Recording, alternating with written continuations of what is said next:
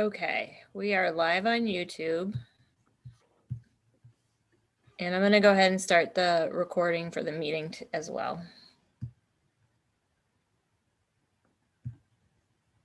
Okay.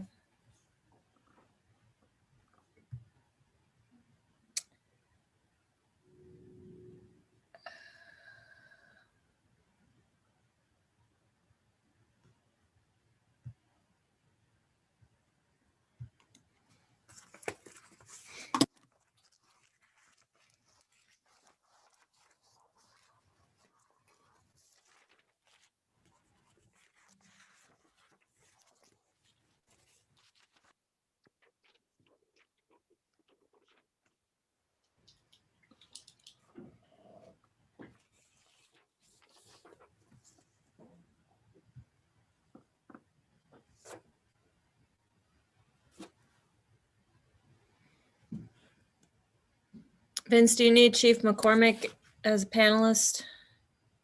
I don't think so. Okay. For the work session. You know what? Yes, I do. I'm sorry. Yes, I would prefer to have him. Okay.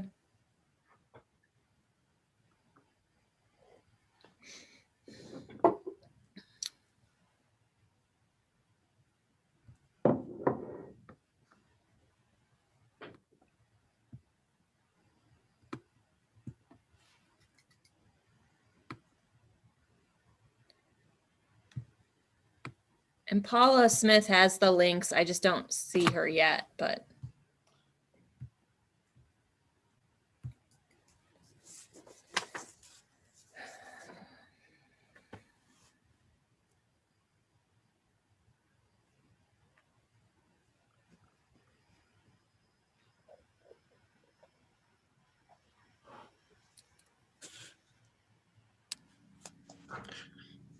Clerk Lavoie, you want to make sure you received my message from earlier. A voice message and a text, just about some housekeeping items on the work session. That's all. Okay, got it. Thank you. Yeah.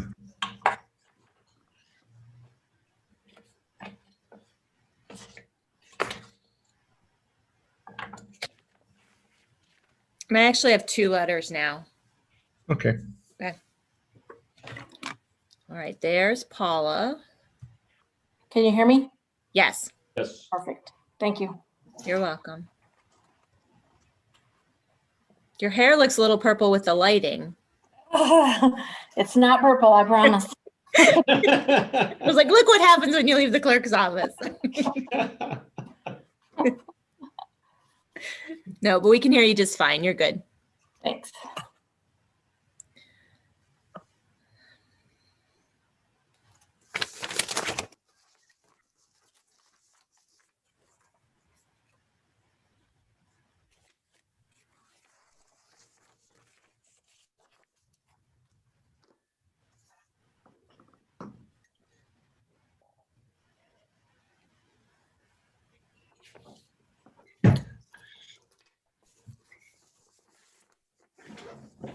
I'm ready whenever you are, Your Honor.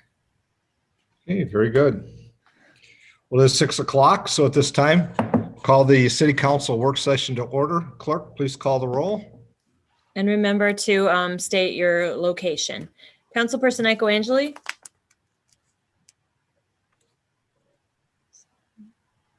Present, Monroe, Michigan. Vining? Here, City of Monroe. Germaini? Here, City of Monroe. Lamore? Present, City of Monroe. Felder? Here, City of Monroe. Whitman? Here, City of Monroe. Mayor Clark? Present, City of Monroe. Clerk Treasurer, City of Monroe. Okay, very good. Mr. Pastou, you have a couple items on the work session. Of course, and maybe there's other comments, but if you would start, please. Thank you, Your Honor. First item we have here is a request from to talk about proposed changes to the current city poverty exemption policy. City Assessor Paula Smith and I, we've looked at some of the changes that came as a result of Public Act 253 of 2020, and probably just a few weeks ago got some information from the State Tax Commission regarding that. And so there are some amendments to our policy that we are recommending some changes, and we'll go through this, fairly quickly. We did provide this fact sheet related to that with the proposed changes. But one of the things on the statute, as well as the State Tax Commission guidelines, is that only the Board of Review can grant exemptions. In the past, some communities, particularly the townships, the supervisor had the discretion to approve poverty exemptions. This has never been a problem for us. They've always been approved here in the city of Monroe by the Board of Review. And the assessor's office will still be involved with the application and research associated with each of the poverty exemption applications. Federal income tax levels made it abundantly clear that the preceding year federal poverty income levels will be used as it pertains to the upcoming year. So the example is the 2020 federal levels will be used for the 2021 poverty exemptions. And again, this is something that we would have to incorporate into our amended policy. The third is the website that now requires it, of which would be part of what we've continued to incorporate in our practice, as well as explicitly stated in the policy. One of the things that's a change as a result of the statute is that it removes the ability of the Board of Review to deviate from council adopted policy and guidelines for substantial and compelling reason. Again, this has not been a problem for the city of Monroe, in that the process has been highly structured and consistent with a consistent application. But as we stated, there has been some communities that have gone rogue, and statute looks to address that. Again, that would be stated in the policy. One of the things, and this is something both Paul and I talked about in probably quite a bit of detail, is the last two items, actually. The ability to carry forward exemptions for 2 additional years. Again, this is something new with the Public Act 253, and it can be carried forward for 2 additional years for individuals on fixed income. And our thought is that circumstances can change in the household, whether it's a sale of assets or and in many cases, it's not uncommon that a dependent will now come in and live, particularly if it's an elderly parent, to assist with them. And so we think it's just best to continue the practice of requiring an annual application for that. And as I stated in there, we receive approximately 10 to 12 of these applications each year, so there's not a lot. And then the last one item, again, coming out of the statutory change, was that the policy formula be driven based on income, and historically here we've had kind of a sliding scale based on the income. They range from roughly about 35 to 65%. Cities never granted 100% exemption, but the statute will only allow exemption rates to be at 100%, 50%, or 25%.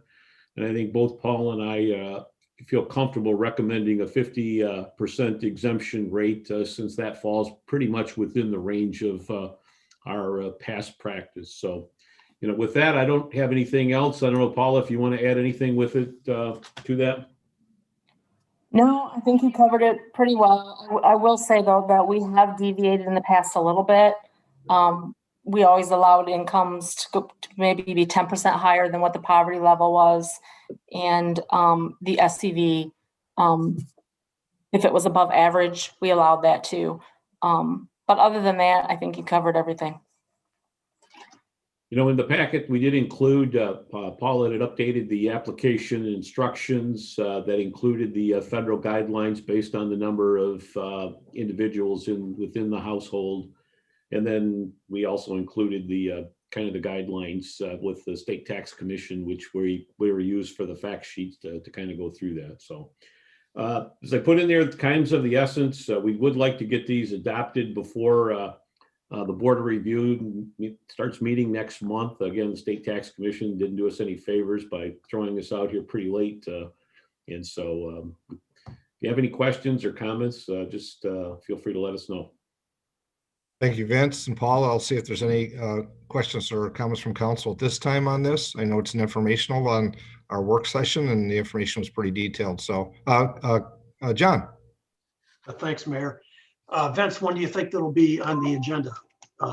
Second meeting in February? Yeah, February 16th, unless there's some pretty significant changes, it would be on the next agenda. Okay. Thank you, Rick. Yes, thanks, John. Other questions from council? All right, thanks, Vince. I think, and Paula too. Okay, thank you. Next item. Well, yeah, the next item is regarding the Cass Harrison two-way conversion. This is something that we took a look at going actually back, I believe, into late 2018. And at that point, decided that it would be better to implement the 7th and 8th conversion from one-way to two-way. And that's been in now over a year. And late in the fall, we did a one-year renewal or one-year review of it. And I think based on the review of the crash data, the speed, before and after the conversion, speeds actually went down. No changes, there's still accidents, but not anything one way or the other. And so at that time, council asked to put this back on the agenda in early 2021 for discussion. We talked about it briefly last week. And I think for the public's purpose, again, I'm just going to ask Mr. Lewis if he would just do a brief review of what the proposed changes would be for Cass and Harrison. Thank you. Mr. Lewis. Thank you, Your Honor. Patrick Lewis, Director of Engineering and Public Services for the City of Monroe. Mr. Pasty, would you like me to go ahead and put that map up again too? Would you? Good, yeah. Parking map? Sure. I need to have somebody allow me to share. Hold on, Patrick. Sure. There we go. Should be set now. Okay. Here we go. Okay, well, just briefly, this map that we've got here is the one that I had put up at the last meeting 2 weeks ago. I won't go into quite as much detail because we talked about some other parts that to this conversion that we're not going to be exploring, like the barricades at the south end. That was a council consensus before. But basically, this map was mailed along with an informational letter to all the property owners adjacent to both streets. We did have a few come back. I think we've got a few addresses that weren't updated the last BSNA cycle. So we had a few that kicked back, but we feel most people did get the letters.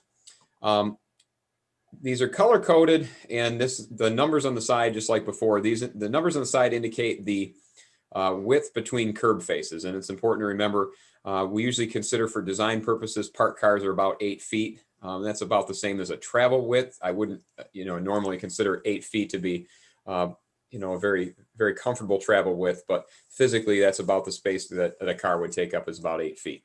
So I'm going to start down at the south end because that's typically where we started this out before my discussion last week. The color coding on here on both sides of the street indicate if it's green, parking is allowed on that side of the street at present, and we're recommending that it continue to be allowed on that side. If it's red, it means that parking is currently not allowed, and we want that to remain. So we're not making any change there. And if it's yellow, there's one block on here that's yellow, and that one block is on Cass Street, the east side between 5th and 6th. Parking on that side was actually added about 20 years ago. Previous to that, it had been parking all on the west side only. And then scrolling farther north here, as you get north of 4th Street, we've got some areas in a teal color. And those are parking that's allowed, but it's got a supplemental regulation on there. So for example, the southernmost couple of blocks are a residential parking district, whereas when you get farther north between 2nd and 1st, there's a time limit on there. It's not necessarily residential only. So that's the color coding on there. And I would like to point out the only parking change we're recommending to move forward, because we do want to try this out and see how it would work, is on Cass Street between 5th and 6th. We are recommending taking parking off the east side of the street. Other than that, there's no change. We did leave 2 blocks at the very north end. You can see up here for geometric reasons, we're leaving those as one way. Cast between first and front is one way northbound. And part of that is the geometry at the intersection of Front Street, where it's a very, very hard turn on the southeast corner. So we don't think there's enough room. It was designed for two one-way streets to intersect.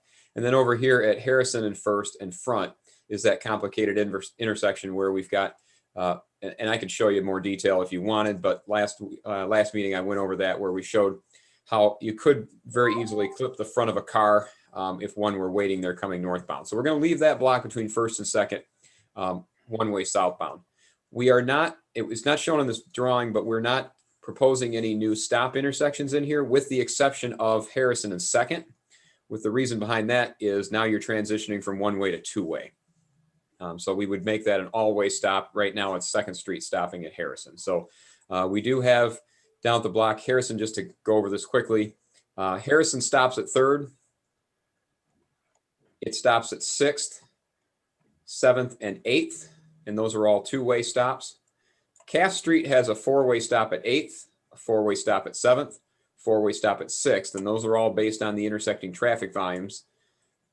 It does not stop until you get to 3rd Street, and then it stops at First and Front, as you would expect. So trying to think if there's anything else to add to the discussion at this point. We got into a couple of weeks ago a little bit more discussion about the two-sided parking versus one-sided parking. Harrison Street, for the most part, is 2 feet wider than Cass.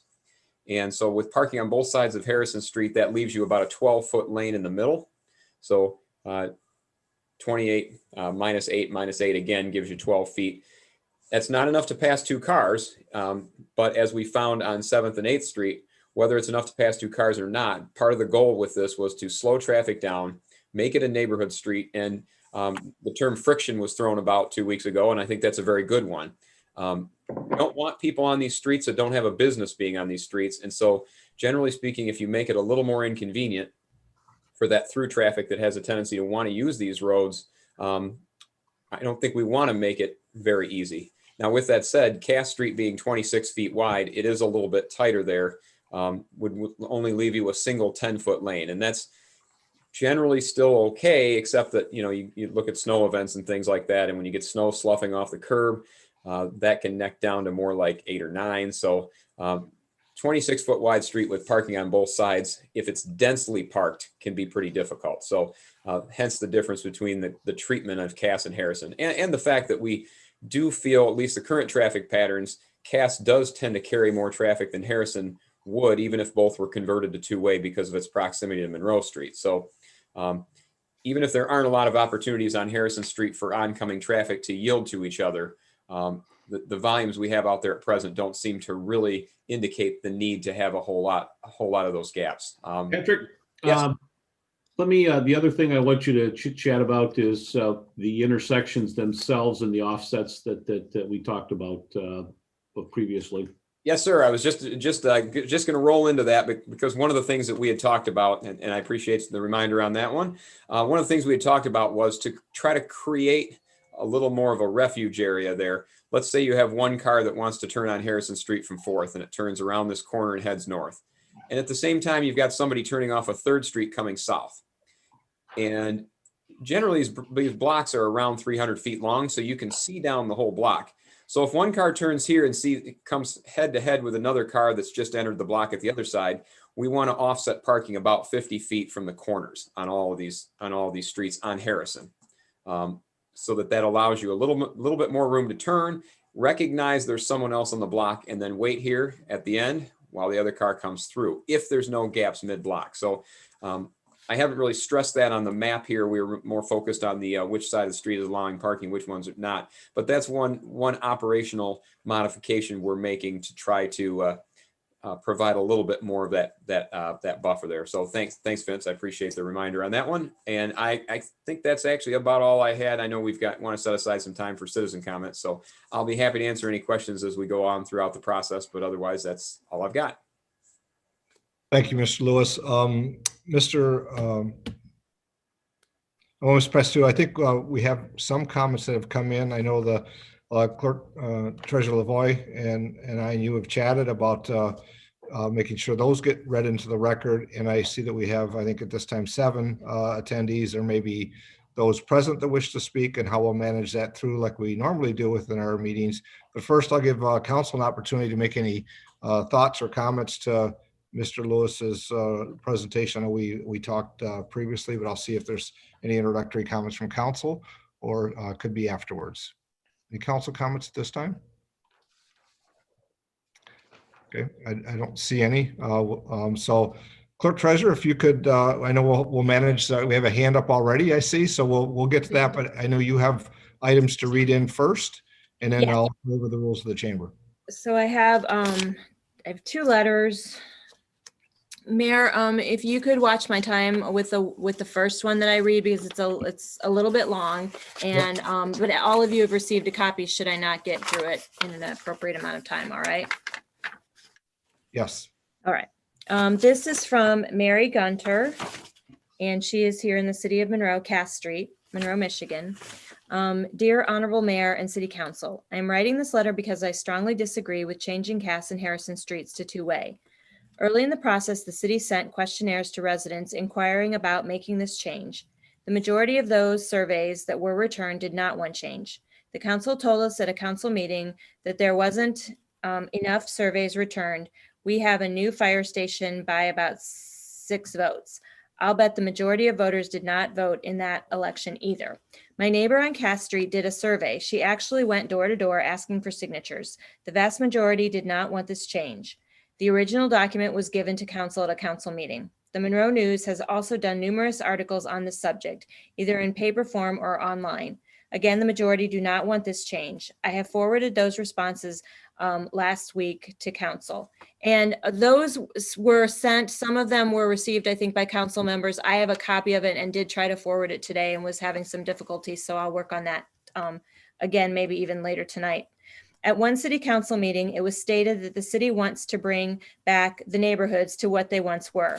I don't think that adding bump outs and cutting down trees is contributing to the cause. Bump outs do not look pleasing when they bring parked cars closer to your front door. They are good for schools and businesses, but not your home. I think they also bring your home value down. I noticed 3 homes for sale in the area of the bump outs on 7th Street. One council meeting, the city talked about making Maywood Avenue smaller. City council stated it would make this runoff smaller by reducing the amount of cement. Then on 7th Street, they added cement for the bump outs. It was written in the Monroe News that making the roads 2-way would produce friction, thus making traffic go slower. This would also apply to emergency traffic and vehicles. I don't think the problem was ever speeding traffic. I believe these changes have to be in alignment with the Monroe Master Plan. There are plenty of stop signs now, which should slow traffic. I have seen accidents on 7th and 8th Street since changes were made. There was even a rollover. Vehicles are much larger now. In 1950, a Ford F-50 was a little over 6 feet wide. Now a Ford F-150 is about 8 feet wide. You can compare street and car size now to the way it was. Look at 6th Street by the Monroe Middle School. When buses are parked and there is also 2-way traffic, it is horrible to travel. Again, emergency vehicles would have a timely maneuvering. Parking is another problem with these proposed changes. Not everyone has an alley to park in. I do have an alley behind my house. I do not want my grandchildren parking in the alley. There's a lot going on in the alley. If they close off the road to Kroger's, there will be a lot more traffic in the alleys. There's a lot of fast traffic in the alley. I personally know of a few handicapped people who live on Cass Street. They should not have more friction crossing the road where they live. Approximately $17,000 was paid for a traffic study on Cass Street. It showed that making this change would basically not do anything that would benefit the city. I think council already knows how the residents feel about this issue. Please consider how your constituents would be affected. Thank you, Mary Gunter, Cass Street, Monroe, Michigan. Thank you, and it was under 3. So I know you have additional ones that came in to read. I do. I have one more. It arrived about 3 o'clock this afternoon, and it's 1 page, so I can read that next. Please do. Okay, this one is from Richard Sieb, Monroe, Michigan. To change Cass and Harrison streets back to a 2-way street is definitely wrong. A study was made when it was 2-way, and with parking on both sides of the street, it was very hard to get through. Check and see how many minor accidents there were. When any truck or vehicle that was larger than a car, your traffic will back up. You have that now on 7th and 8th Streets. When a delivery truck or larger vehicle stops at a home, traffic is backed up 8 to 9 cars or more. We had a fire on Cass Street and the fire trucks could not get through to the home. That was the main reason traffic was made one way and parking could be left as some had no other parking. How many accidents have you had? What are the complaints? Speed can't be a factor as you have several stop streets. I have been stopped several times on 8th Street as postal trucks, garbage trucks, Amazon construction, and so on from this constant congestion. I see no reason to change. Fire equipment accessibility was the main reason and should be left as it has worked. Thank you, Richard Sieb. And those are the letters that I have. Okay. Very well. I see there is now 2 hands up. So Clerk, I'll let you manage through those in the order of 3 now. Just maybe from down as they appear, and we'll just continue along. It doesn't matter which one's first. All right, I will go with who I saw before I started reading the letters first. Okay. So I'll bring Tammy over. Thank you. All So Tammy, before you start, just mindful of the same as in the council meetings, we welcome comments from those that were when we were in session together, but here equally as we have others that call in. Just be mindful. We ask your comments remain to 3 minutes. We need your name and address and just speaking to the council. I think that's a general overview. And if you get close to time, well, we'll just let you know, but we'll start there. So Tammy, please identify yourself and address, please. Hi, I'm Tammy Van Riper and I live at 711 Cass. I have some of the same concerns as Mary Gunther. And I have videotaped where there have been blockage of the road because of fire trucks and ambulances. I told the mayor that I could send those to him. It has continued to happen since the discussion I had with him. I really am concerned about the safety of people with these vehicles not being able to access the houses. And the only question I had, or I need a little more clarification on the barricade at the south end of Cass Street. Could I get a clarification on that? And that's all I had today. Sure, absolutely, Tammy. Thank you for calling and your thoughts.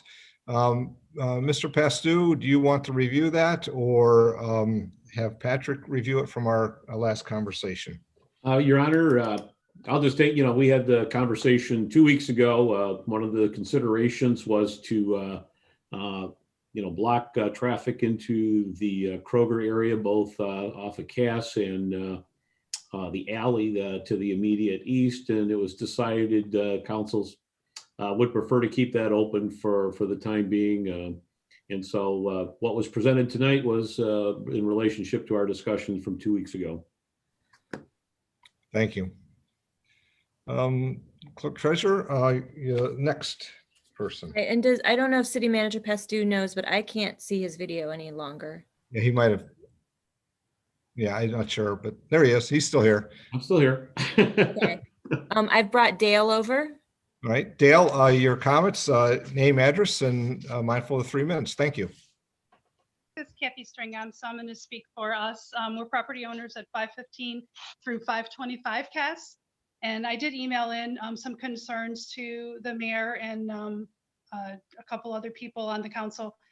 The concerns we have is the parking that we're going to lose in that. We've spoken with our tenants and they said that parking is already an issue. It is a challenge in that block. And my concern is some of the crime areas. So if you have someone that's working a late shift and they have to park a block or so away, I'm concerned about their safety. So I really am struggling with how that's going to work in that block, losing half of the parking. Thank you. Thank you, Kathy. And just so I know you received your email and information went to, at least I know, one council member in that email, but that was shared with council as a whole. I did forward that along, so thank you for your email and tonight. Clerk Treasurer, next comment. Right, next. All right, the next person is in the queue. And Suaya Garrison. Good evening. I just have a lot of issues with this. primarily, no, there's two things. Whenever there's a parade on Monroe Street, Cass Street is almost impossible to get out of your driveway because everybody is escaping that, to get through the city or get out to Front Street or wherever they can go so they can get around the blockage. That's one of the things that we always note. Parking gets totally jammed here, and we're lucky to be able to get in and out of our driveways. So between the parades and this is a major bus route as well. So we have the Lake Erie Transit Commission buses that traverse from Kroger's on up through into town, particularly up to Front Street or 3rd Street. I'm not sure that the two-way parking is or the two-way traffic is going to be very conducive to them. And I have served on that board for nearly 30 years. So I do know that that could be an issue for us. And the other thing is that my driveway and the driveway directly across the street there, we have really between 3rd and 4th and between 3rd and 2nd, we have actually driveway access to our properties. And you know how people are, they come around a corner and, before you can blink or turn your head, there they are at your driveway. So I think it's going to be a little more dangerous for us. I lived here 26 years in March, and I've never seen the one-way really be a problem for maneuvering around the town, and I kind of hope that it doesn't change. And I appreciate that ability to share my comments. Thank you, Sue, for your comments. And you did identify your between 3rd and 4th on Cass is sufficient. So, Clerk Treasurer. I have one more hand raised, Your Okay. Honor. Yeah, it looks like it's Scott. Yes, sir. Name, address, please. Yes, my name is Scott Buellin. I live on 731 Harrison Street.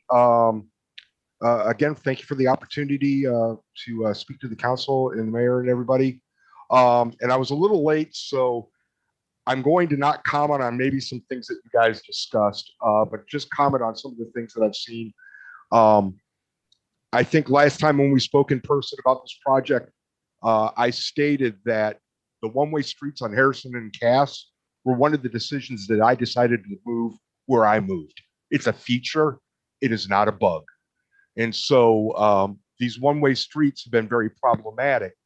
And I think one of the biggest things that my neighbors have brought up is the, especially on Harrison in that 700 block, is the width of these streets. We have a lot of multifamily homes, and these are people that are renting, working hard, and we're making a decision that they've got to deal with. We're making their life harder and not easier by forcing people to find, hey, now after working a full day, you've got to come home and now figure out where you're going to park.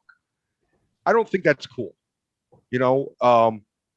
Just last year, and again, I think the city, because it was long overdue for Harrison Street to get redone, we had curb work, the street got redone, but at no point was the street widened. We had an opportunity to measure twice and cut once, and we didn't take that opportunity to do so. Because one of the major concerns that we've had is, hey, these streets aren't wide enough. So when we had the opportunity, we spent the money to be able to do that. We didn't. And now it seems like we're trying to force something through. I mean, there's been significant changes that for whatever reason over the years, the easiest way to get across town has been decided 7th and 8th. We've seen it with hospital or with ambulance traffic, with state troopers, with the police when coming on and off shift. That used to mean that every day, twice a day, I would have state police present heading to work on 7th Street, and when they're coming off shift, coming down 8th Street. I don't see the police as much as anymore. I've seen the exact same accidents. I've seen increased speed usage on 8th Street. I recently, I almost got hit back in December just trying to cross the street going over to Kroger on the corner of Cass and 8th.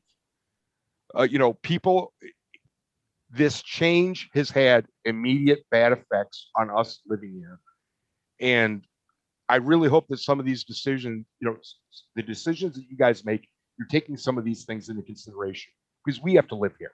We have to eat the dog food you guys are making. So I appreciate the time. Thank you for listening to me.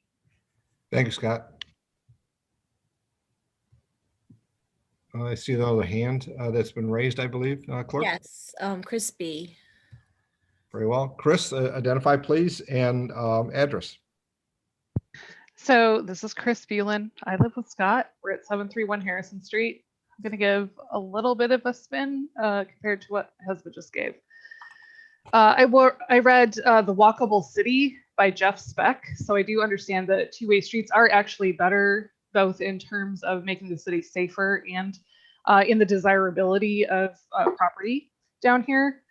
But my concern is around some of the additional concerns as far as safety for pedestrians, for bicyclists, and for the general usage of the area. So I think part of that is I would hope we would consider, yes, the parking studies helped make this decision. I would hope we would also continue to gather evidence to decide if this is successful or not, particularly in the blocking off of the end of Cass near Kroger. The other part of that, as somebody mentioned, we have great transit options down here. So making sure they have the ability to get through unimpeded. But I really want to understand what's being done around safety for pedestrians and bicyclists. Thank you, Chris.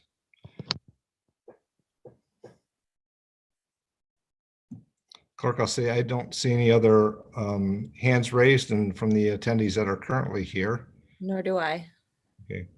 And we'll, I'm sure we'll continue to have some discussion here. Mr. Bastu, I don't know if there's further you're looking for.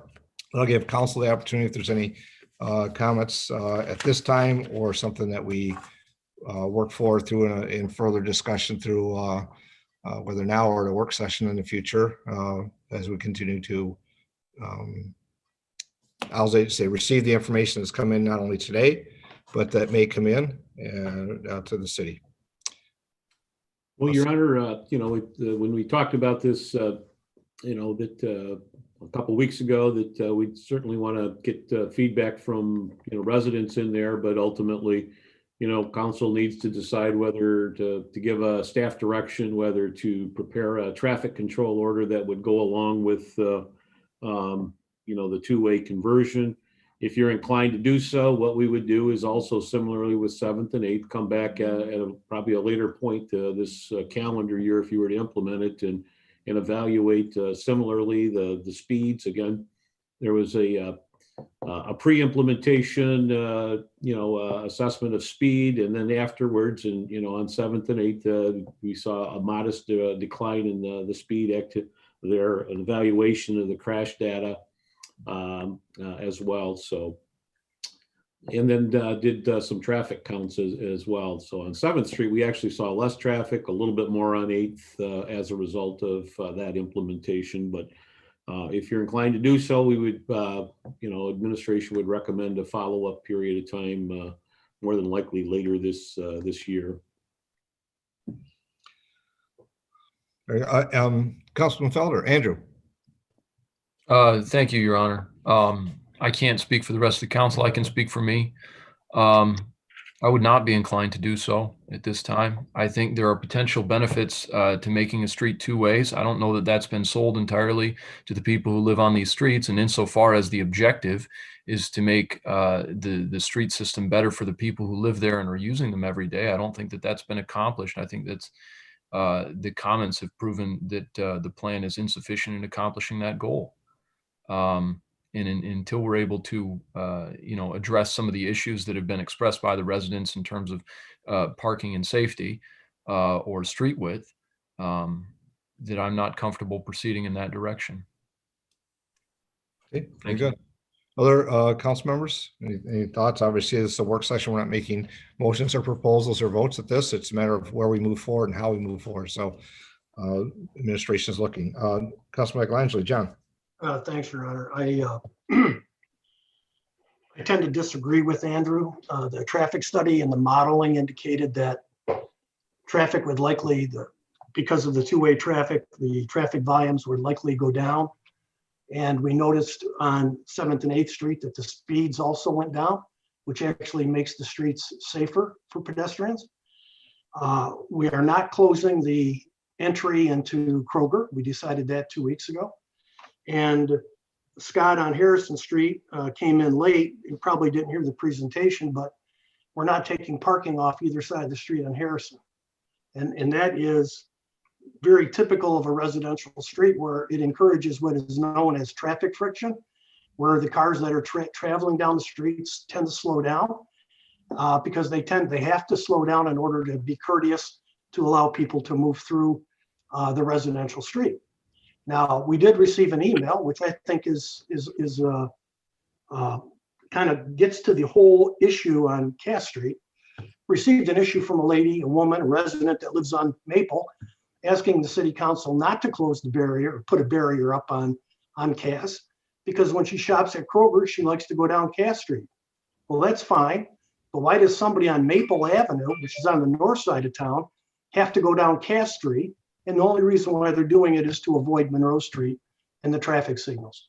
So by turning these streets from commercial to residential, we're improving pedestrian safety and producing better walkability, and it increases safety.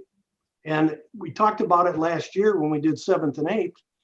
A couple of traffic studies that were done in other states, one is in Louisville, Kentucky, indicated that they did a very exhaustive study, not only on traffic, but also on economic impact. And they found that the price of the housing, after they went two-way, actually the property values increased. And that's because you're changing a street from a commercial street to a residential street. And it's more attractive to live on a residential street. So I have to disagree with Councilman Felder. In these cases, because it's a degree of change, we're never going to be able to convince all the residents on the street that this is something that's good for them. The only way we're going to be able to do it is by implementing it and then 6 months later evaluating it. And if the evaluation comes back and says that that our decision was incorrect, then we change it back. And we did that with 7th and 8th. And it came back and said that it confirmed the assumptions that were in the traffic study.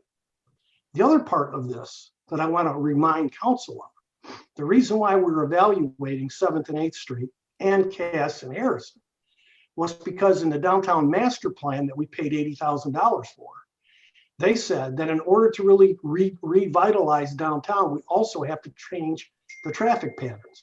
And the traffic patterns are on First and Front, Cass, and Harrison.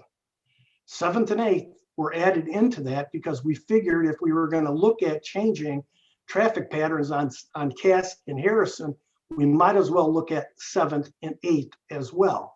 So this is part of a bigger puzzle that we're trying to solve. So if we don't go along with at least trying the conversion on Cass and Harrison, we're pretty much then negating the recommendations that we paid for to come out of the downtown master plan. So this is a community issue. It's not just about the neighborhood, it's also about the downtown area. So it's community wide. So I tend to disagree that I agree with the idea of trying the conversions to see how they work, because that's the only way that we're fully going to realize if they do work. We have the traffic modeling, but you really have to assess existing conditions once it's done. And then we'll know once and for all. But if we don't do it, we're never going to know. And the neighborhood is never going to know. So those are my comments, Your Honor. Thank you, Councilman. Councilman Moore, Brian, you have your hand up. We'll go next and see from there. I do agree with Andrew on a lot of his points, in the sense that the residents are really the true sale here, and they're not sold, obviously. And this is a little bit different than 7th and 8th Street, because we created bays on one of those streets. And that's not something we can just take out and put back to trees and resod the sod there. There's a lot of costs there. So this is a little bit different, and it's not the same. And I don't know if Cass and Harrison is appropriate to have this right now, just because it's not something that they want. And I that's what we get paid to do, is listen what they want and carry forward what they're asking for. And John, I don't disagree with the fact that it may be something better for the neighborhood. We don't know. But as far as being able to sample size it off of 7th and 8th, I disagree, because it's a different scenario.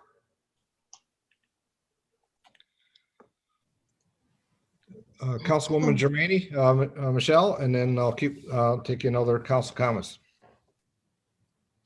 Thank you, Your Honor.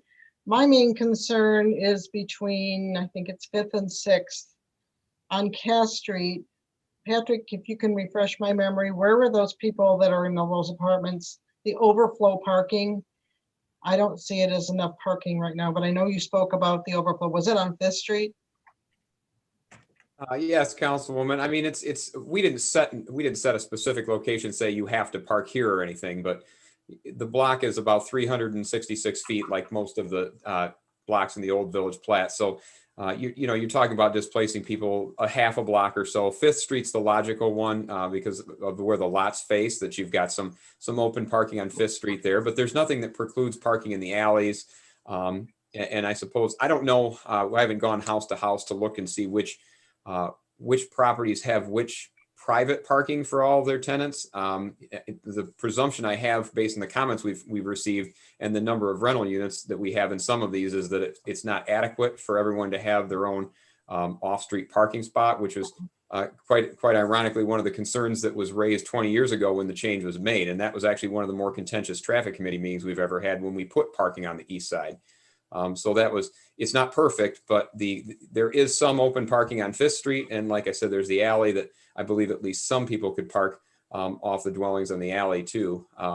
So keep in mind, we're not set in stone that we have to take parking off that block, but I felt like we felt as an administrative team that it was just a little bit too narrow, being 26 feet as opposed to the 28 feet that you see on Harrison Street. So we did recommend parking come off that block. I guess that's the best I've got to say about that. We didn't drill down to the minutia of figuring out exactly where how many parking spaces each property had there. I suppose we could if we needed to, but we haven't yet. Gonna be honest, that block, there's a lot of tenants there, and the alleyway is not a choice for some of them. And I've gone up and down there a lot lately. And but that's my concern, is the parking and where these people are going to end up. So I have to think about that when I go down there a few more times, and maybe go down the alley. Thank you. Let's see if there's other comments from council. Your Honor, there are 2 hands raised. Right, I see that. I know at least one has spoken previously already, and this isn't about the debate, so to speak. It's about points are new and back and forth. I'm trying to get council comments at this time. I have some thoughts myself, but Councilwoman Vine, we'll go there next, and then we'll see if we have how we get back to the callers. Kelly, go ahead. Thank you, Your Honor. I wanted to ask Patrick about the question that was asked about the public safety vehicles, the delivery vehicles, and the public transit vehicles that run up, or if they run up those streets. Is there enough room for those larger vehicles to get through, or does it stop the flow of any other traffic going in and out? Well, Councilwoman, I guess I can say this about whether there is or there isn't is probably, in some cases, I think it's a matter of, I guess I'd say, personal opinion. I can tell you that our drivers, our police and fire, and our LET drivers are skilled enough that they can navigate those spaces as they are at present. I guess the thing I'd say about that is that we're not adding parking to any blocks where it doesn't already exist. So if it's an issue of a fire truck or a police car responding to an emergency, whether the street's one way or two way, there's still the same physical space available in the middle of the block. So presuming most people get out of the way as they're supposed to, that's the law, there shouldn't be any more of a physical constraint for any of those than there is now. Now, the Lake Erie Transit using Cass Street as part of a bus route is sort of a different story. And that is something where if it becomes a problem, I believe that those buses could probably be rerouted. I think, again, we're back to the reason that that's a primary route is because it's a one-way street. And I don't know if that's, I know Councilwoman Germaini is far more qualified than I am to address that issue, but I don't believe that Cass Street corridor for a bus route would be set in stone. Maybe she can enlighten us on that one, but I guess that's all I have to say on the emergency vehicles. We're not creating a more difficult situation than exists at present, in my opinion. Okay, other council comments? Councilwoman Whitman, Paula. Yes, I believe it was Mrs. Gunter said that there was a letter that she had a list of names of people who had signed. Does anyone have a copy of that letter? Do we know how many signatures were on it that were against the change? Well, I may have that in the traffic committee files, and I may try to look for that actually while we're talking, but I think probably might have a copy of that. I'm not sure where it's at. Do you remember, Patrick, how many signatures might have been on it? Just about? I'll say more than 5, but less than 20, but somewhere the exact number between there, I can't say for sure. That's my recollection and best guess. Thank you, Patrick. Sure. Oh, well, that was my concern, is how many people are against this. And if they signed like a petition, then, we should take that into consideration. And I appreciate our master plan is to make us be the best that we can be. But these people are property owners who are not wanting the change. It's not like what on 7th and 8th, especially 8th Street. To me, 8th Street was a clear shot. You could do two-way traffic comfortably. And 7th Street was the same way once that we did the extra work. But with Cass and Harrison and all of the renters that are involved, it's just makes me feel a lot different about it, that it's congested, Yes. and I don't know if we'll be making it better or worse, but I would like to know how many signatures were on that letter, if you would, Patrick. At first glance, it's not where I thought it would be in my files. So I at the risk of, I don't want to speculate any further here, but I'll continue to look for it and forward that to council. But and I don't remember whether it was submitted as part of the traffic committee proceedings or it could have been submitted directly to council. It appears that from the letter that it was submitted directly to council. So Patrick, I can also look in the clerk's files as well, because if it was handed to council, we should have a copy in our records too, so we can work together. Sure. I just think it's something that we should acknowledge. So that's all. Thank you.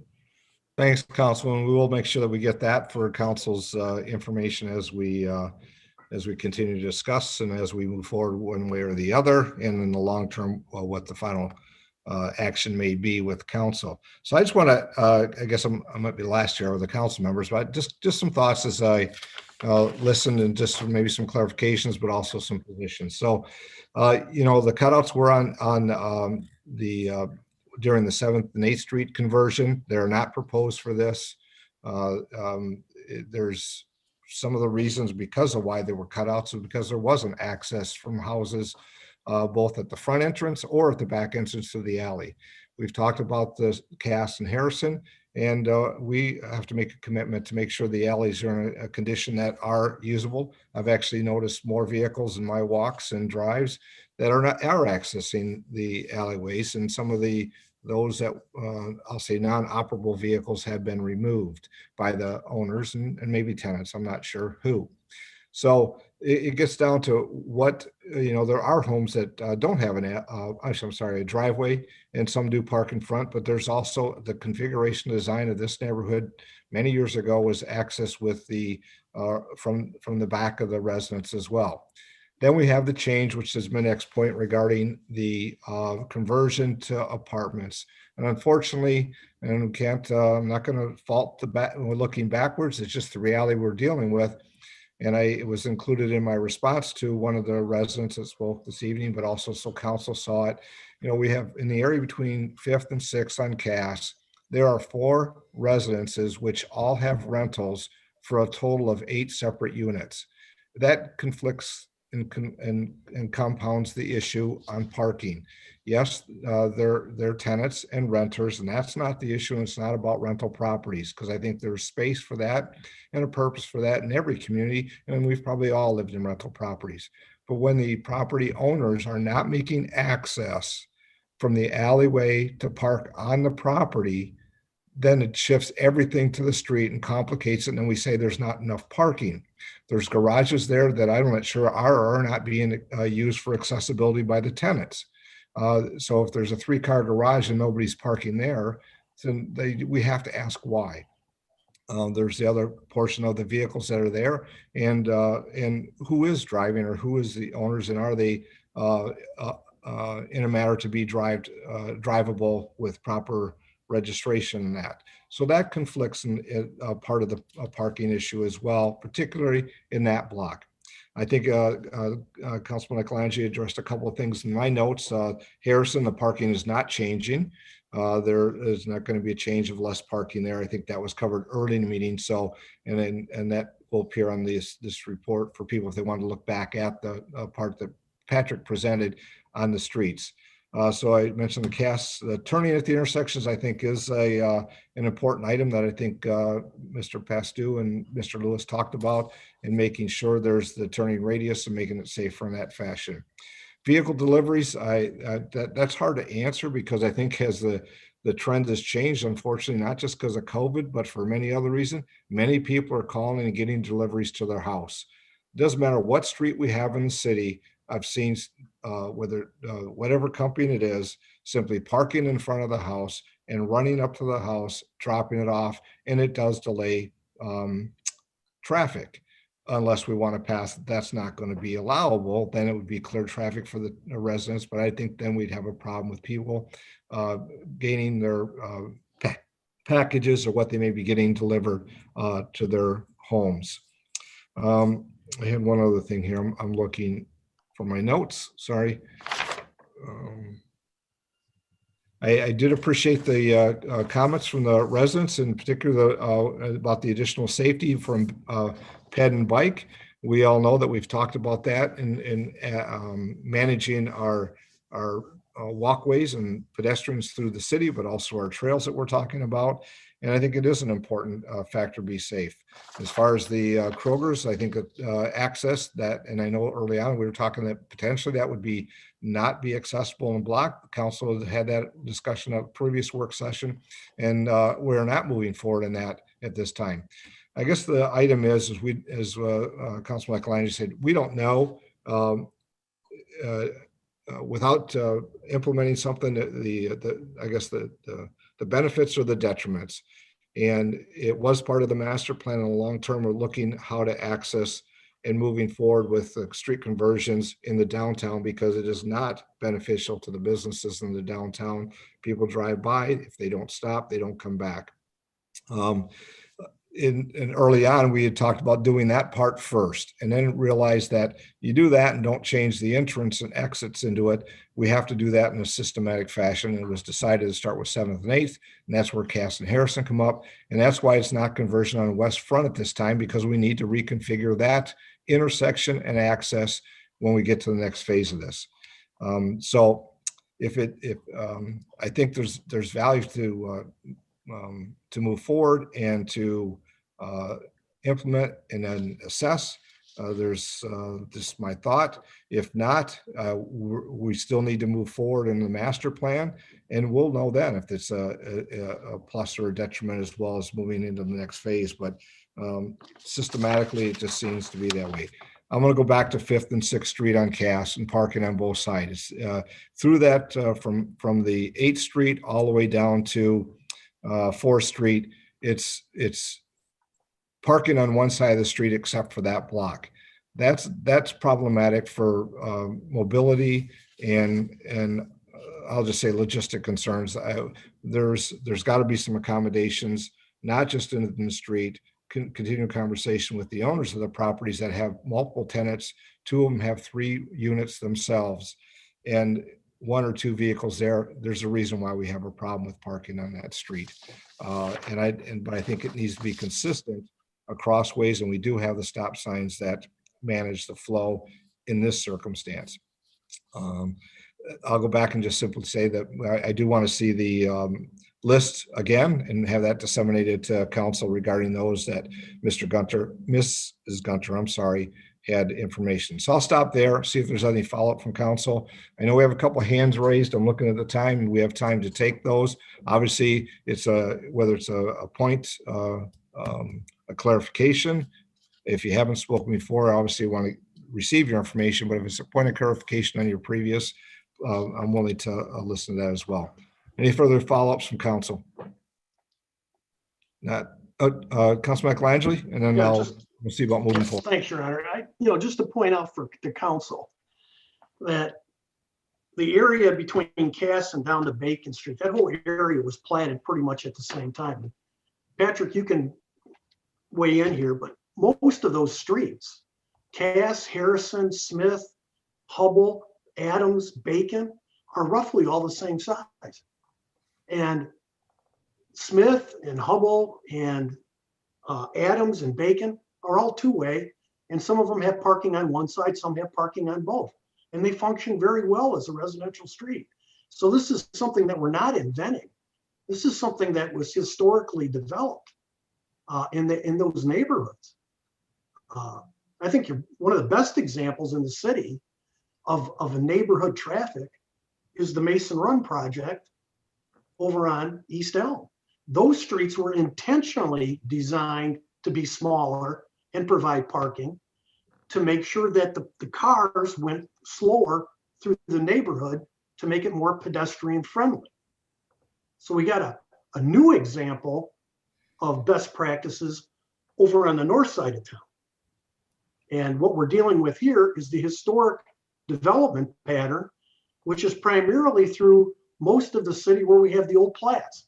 And Patrick, I would ask, is that a true statement? Yes, to answer Councilman Michelangeli's question, if Michelle would like me to share my screen, I have with the packet that I presented 2 weeks ago, a list of streets that I had compared that was similar in width to what we're looking at on Cass, which is 26. So I'd be happy to pull that up again. Let me zoom that in, get a little closer. These were some streets that we had put together that were similar to Cass, and I'll scroll down a little bit farther. The ones that were in yellow font were the ones that I felt were fairly close parallels, either for neighborhood character or traffic volume. Admittedly, this table was put together to kind of demonstrate that this is not uncommon citywide. So I'll focus on the highlight ones there. Baptiste is the street Councilman Michelangelo is referring to. Between Elm and Noble, it's 26 feet wide, has parking on both sides, and there you're dealing with homes that don't have driveways. So they either have to park in the alleys behind or on the street. And I've referred to the parking density as high because it's got a similar characteristic, probably to Cass between 5th and 6th. So that's why I said I'm not necessarily set in stone that we would have to take parking off the east side of Cass between 5th and 6th because it works all right on Baptiste. But with that said, we were going to be consistent with the rest of the block. Moving down the list here, the next highlighted one is West 8th Street. And that's one we converted that, and that was 24 feet between curb widths. Now, the parking density I don't think is as high as Cass. It's certainly not as high as Harrison. But 8th Street actually picked up some traffic, and both 7th and 8th have more average daily traffic than Cass does. So the one-sided parking seems to work on 8th. I'll keep scrolling here a little bit more. We come to Humphrey, which is another one. The traffic volume is a little bit lower on Humphrey, but you've got similar type characteristics there as far as a lot of homes that don't necessarily have driveways. And then a couple more at the bottom. Riverview, which is a street we're going to be reconstructing this year or resurfacing this year between Elm and Maywood, is only 26 feet wide. It's got parking on one side, but Riverview is generally going to handle as much or more traffic as likely Cass would if it were converted to 2-way. Because that's a major collector through the neighborhood. probably similar to the way Cass functions. Of course, we have West 7th on there and West 6th. West 6th, I don't know how that ended up 27, but and West 7th is 26, both with one-sided parking, both in the neighborhood that we're talking about. So Councilman Michelangelo is right. This is not uncommon. I don't have all the neighborhood streets on this list, Smith, Adams, Bacon, but we wanted to put some that were higher in traffic volumes. I think Bacon and Adams would be lower in traffic volumes than Cass, but this table here kind of demonstrates it's what we would be proposing for Cass is no different than we'd be proposing for 7th and 8th streets, as well as 6th and some others citywide. So I'll probably leave it at that, but I did want to bring this table back out as I had shown it 2 weeks ago.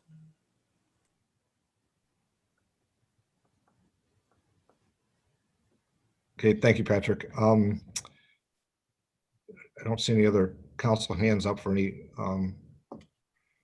clarifications or comments. I know we have a couple hands up, and I think we have time to listen before we have to go to our regular meeting. But I think the first person, I do not believe, spoke at the opening, which is I think Dee Ringel. And so if you could identify yourself by name and your address, please, and please speak. Go ahead. Hi, my name's Dave Ringel. I live at 711 Cass Street. And I really disagree with Councilman Michelangelo, and I would really like to thank Councilman Lamore and Felder for their support. I was part of that survey, and to clarify, there was way more than 10 signatures on that list. There was more towards 50.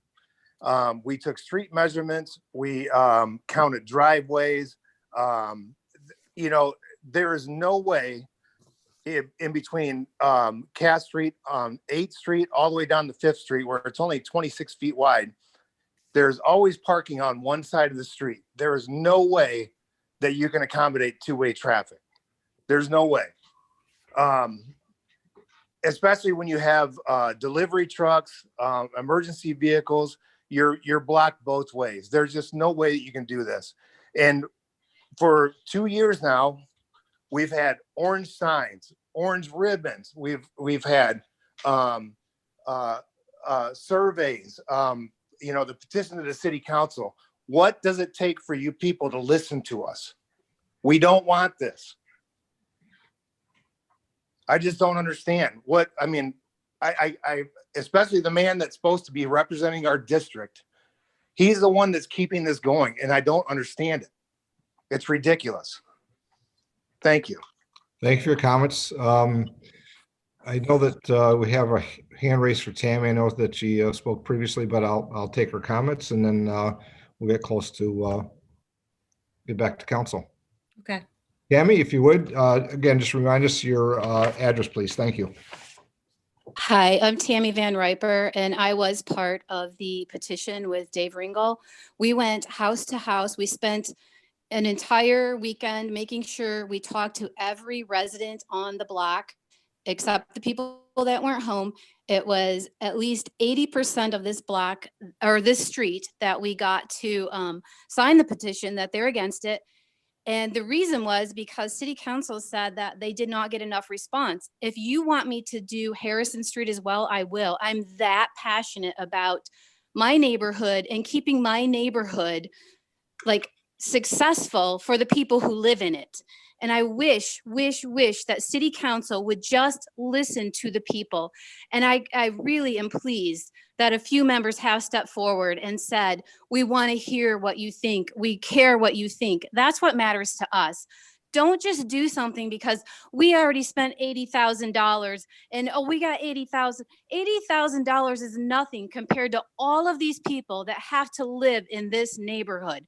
I work second shift. I have to bring my 7-year-old daughter home at night. Do you think I want to walk 2 blocks away? When she was 2, I could carry her. She's too heavy now. She's sleeping. So I get home at midnight. It's too far for me to carry her. Come on, please, please, just listen to the people. I know that you had a proclamation at the beginning of your meetings, and I once said to you, it said, we want to listen to the people. So please, go over your proclamation. Do what you said you want to do. That's all I have. Thank you, Tammy.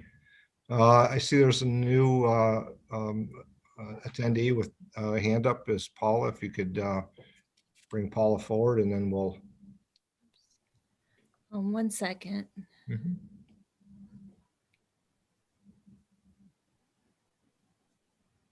Okay. Apparently this user is using an older version of Zoom. So in order to allow her to speak, I'll have to promote her to a panelist, and I can do that. And then I would just have to remove her as a panelist. So just want to let you know that. Thank you. And I know she'll be aware of that from your comments. So aware that she's not being disconnected, but just the manner in which she's zooming in. Paula, Yes. we see you. If you could name and address, please, in your comments. You have to unmute, Paula. Thank you. Sorry, That's okay. I'm Paula Sandifer. I live at 223 Cass Street. I've lived here for nearly 15 years. I'm really disappointed that this is even an issue still. The parking here is terrible. There's days that I come home from work, the later I come home, the harder it is to find a parking spot.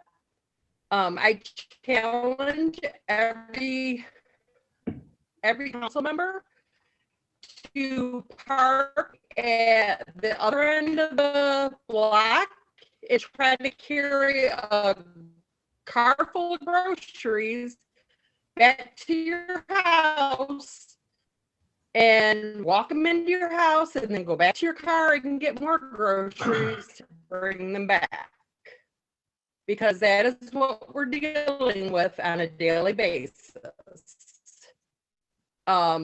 People have, a car over, 2 people over. So each person is parking on the street, and it makes it even harder for us to get close to our house. So this is going on a daily basis. When I leave work, it's like, okay, am I going to be able to park near my house? Or am I going to have to park a block away? Anytime there's anything going on downtown, it's even worse. So I'd like to know why this continues to be an issue. Why does this, I don't understand why Cass has to be 2-way and Harrison has to be 2-way. No one got an answer. Okay, Paula, I noticed. Nobody has the answer. Paula, I know somebody else is asking questions, so your audio is a little bit slow, but I think we got the message that you're conveying to the council. I think earlier in the meeting, it was. Does anybody have an answer for what's going on? Okay, you're gonna have to stop. Maybe Clerk, you might have to mute them. Because we both can't talk at the same time. So the earlier in the meeting, there was conversation about the long-term master plan and the conversion process. We're not going to repeat that from where it was from the downtown then to the 7th and 8th, Cass and Harrison being in the middle. So that was the long-term discussion regarding this. I'll see if there's no other comments this evening. And I know we're about 10 after. I'll see we'll wrap up with other comments from the council. And then before we move on to our regular meeting, I see Councilman Clancy, John, you have your hand up, and then we'll see. Thanks, Your Honor. Part of community conversation is making sure that people have the appropriate information. And I think Patrick did a pretty good job, and maybe some of the folks that jumped on later didn't hear it. But there is no parking being removed from Cass or Harrison Street, with the exception of the east side of Cass Street between 5th and 6th. If I listened to Patrick's presentation correctly, Parking as it currently exists will stay in place with the exception of the east side of Cass Street between 5th and 6th. And there, that stretch, the parking would come off the street. But everywhere else, parking is remaining as is. So I noticed that several of the residents were concerned that they would lose parking in front of their homes. Parking is not going to change in front of their homes. That's all I had, Your Honor. Thank you. Any final comments, I mean, from council members?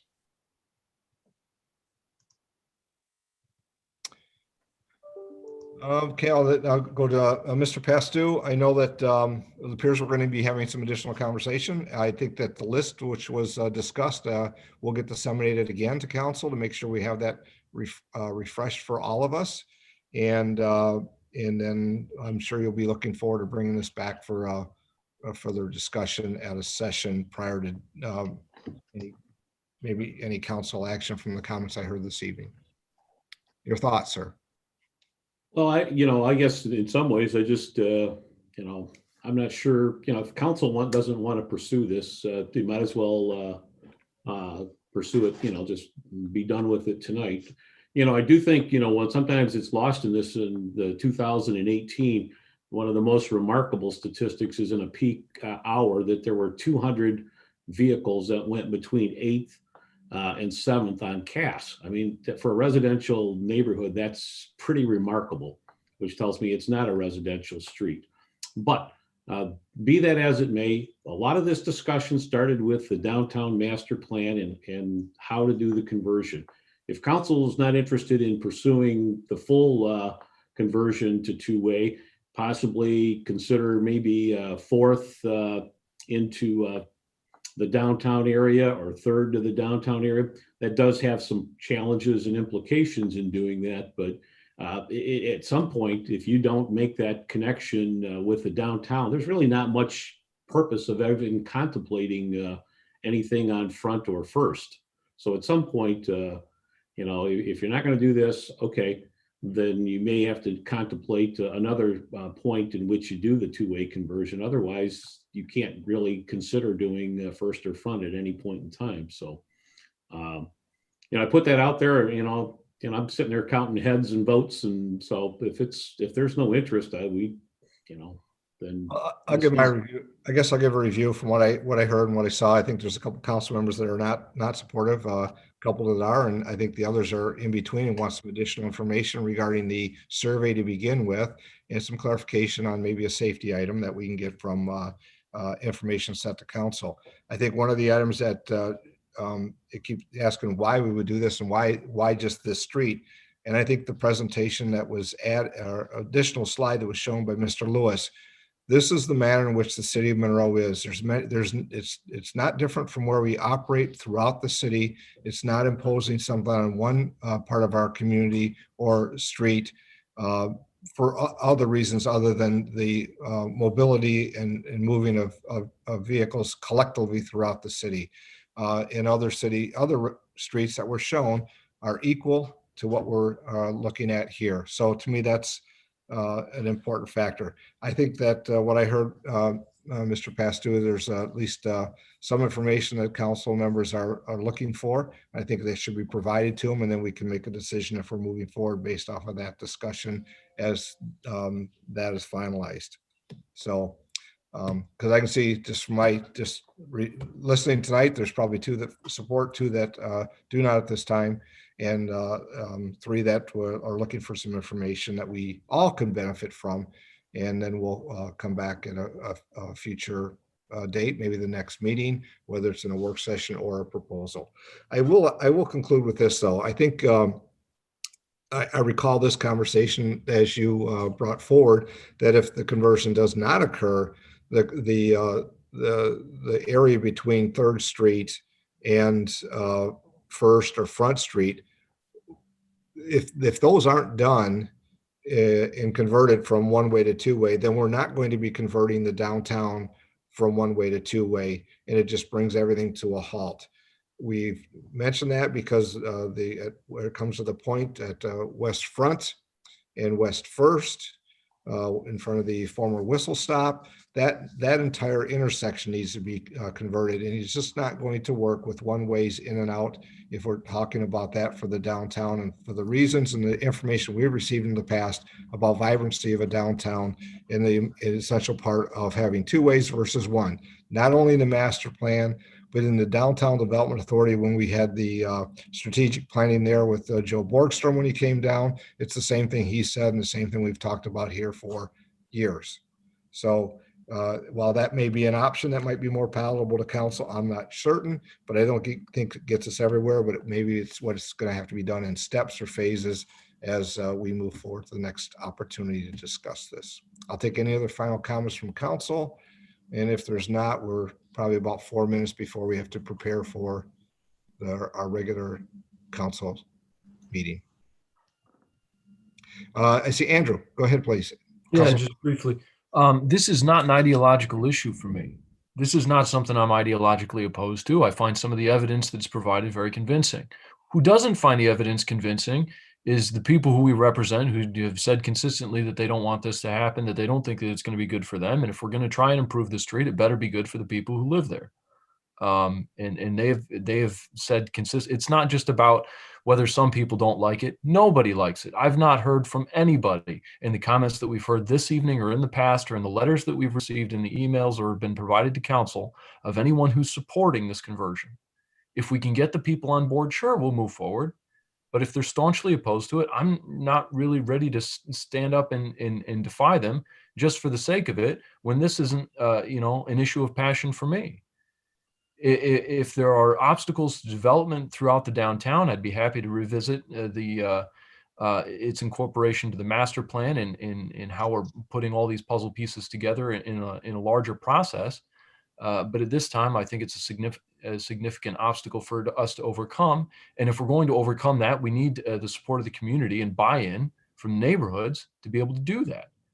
Our argument seems to be here as council, if we're going to move forward, the parking isn't significantly being affected. There's other streets that are similar in the city. They're going to have similar traffic patterns as to what's being proposed. And it's not going to be significantly different from what we're seeing there. Convince the neighborhood of it. Convince the people who live here that it's not going to be terrible for them. And I'm on board. But they're saying, no, it's my job to represent their interests, and I'm gonna back them up. Councilwoman Germaini, I'm going to get everybody's comments and see if we, as we move forward, for any follow second comments. Michelle. Oh, you're muted, Michelle. Start over. That's okay. All right. There we go. There we go. There we go. Like I said before, the parking between 5th and 6th, I need to be sold on how that would work with the residents there, because like Andrew said, the people have to live there, and I do not want to make it difficult for the people to live in our city and to have a problem parking if they're renting, landlord, whatever they may be. It's a matter of a two-way street, literally. So I need to be convinced before I move forward. Thank you. Understand. Other council members that haven't had a second. Councilman Vining, Kelly. Thanks, Your Honor. Your Honor, since I've been on the council, I've never been involved in a street conversion project that hasn't had contention involved, that hasn't had the neighbors in an uproar for streets much larger than 26 feet. And I do also remember the conversations where we were tying these conversions into the development of the downtown and the city at large. So I understand that anytime you go to change the traffic, people are going to have something to say about it. Personally, I'm no engineer, but Harrison does seem super tight to be able to get through there. And so it'll be interesting to see how that pans out. But I have to agree with John on that. If we don't try it, then we don't know at all the benefits that it will have, nor the actual setbacks as opposed to the supposed setbacks.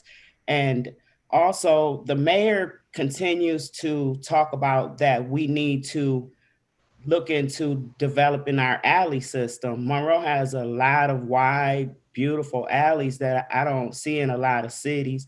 I grew up in Detroit and we had alleys and access through the back as well. So, but I don't think that we as a city has focused on a lot of our alleys as we did when I was much younger, you know. So, and if it's a safety or a crime issue for the alleys, then I think, you know, our public safety needs to step up patrols or be addressing those issues.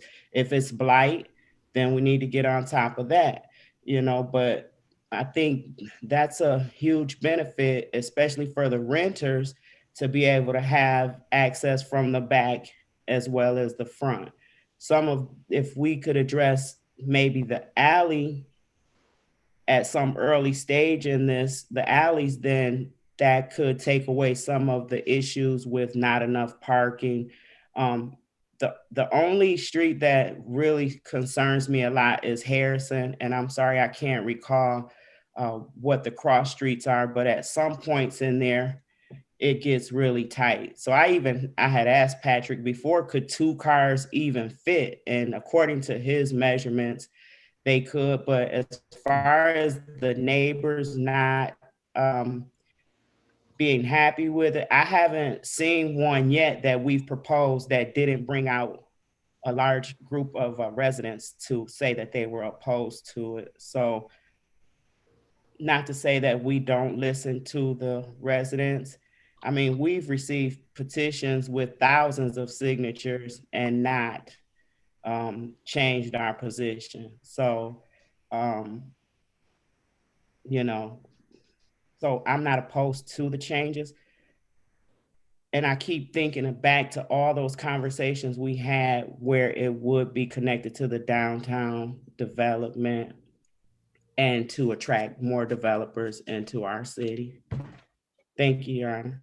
Thank you, Councilman. Just 2 quick points on that. On Harrison Street, it is parking on both sides. 2 cars could not pass in that version. They would be like other streets we have where it's 2 side, where a car pulls over as 1 passes in the space that may be available. On the item on the alleys, it is an item where some areas we could make improvements. I want to point out that on the east side of Cass, that alley is paved. It's paved and there's garages and there's space, but however, I believe that the tenants aren't parking there, and I'm not sure that it's being given the opportunity to park there by the owner of the properties, and that conflicts part of the item between 5th and 6th. I know we have about 2 minutes or 1 minute we have to go. I know Councilman Eclangi had another comment. I don't know if you want to make it here or at the regular meeting. I think we have kind of went through this. I look forward to the continued conversation and the continued input from the residents as we move forward and get some of the final information that we talked about here. So thank you all for your comments and zooming into our meeting this evening. Clerk Treasurer, is there anything further you need from me at this point? No. No. Muted. Yep, because you said no. Mr. Pastu, I think we're kind of out of time here.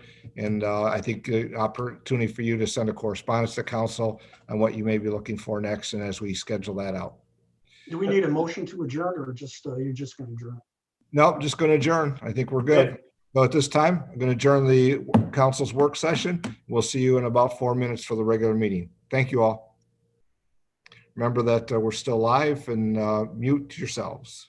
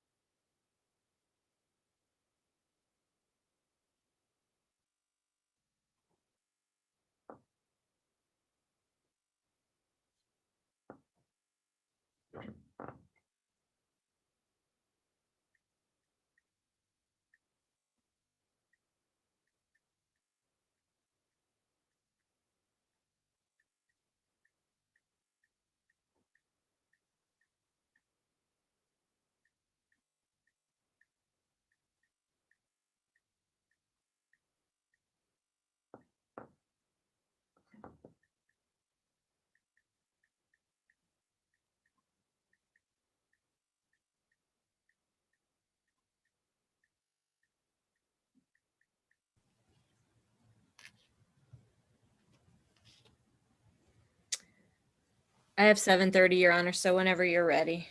So do I. We are looking for a member or two to come back onto the video, and I think they're just kind of waiting for the moment.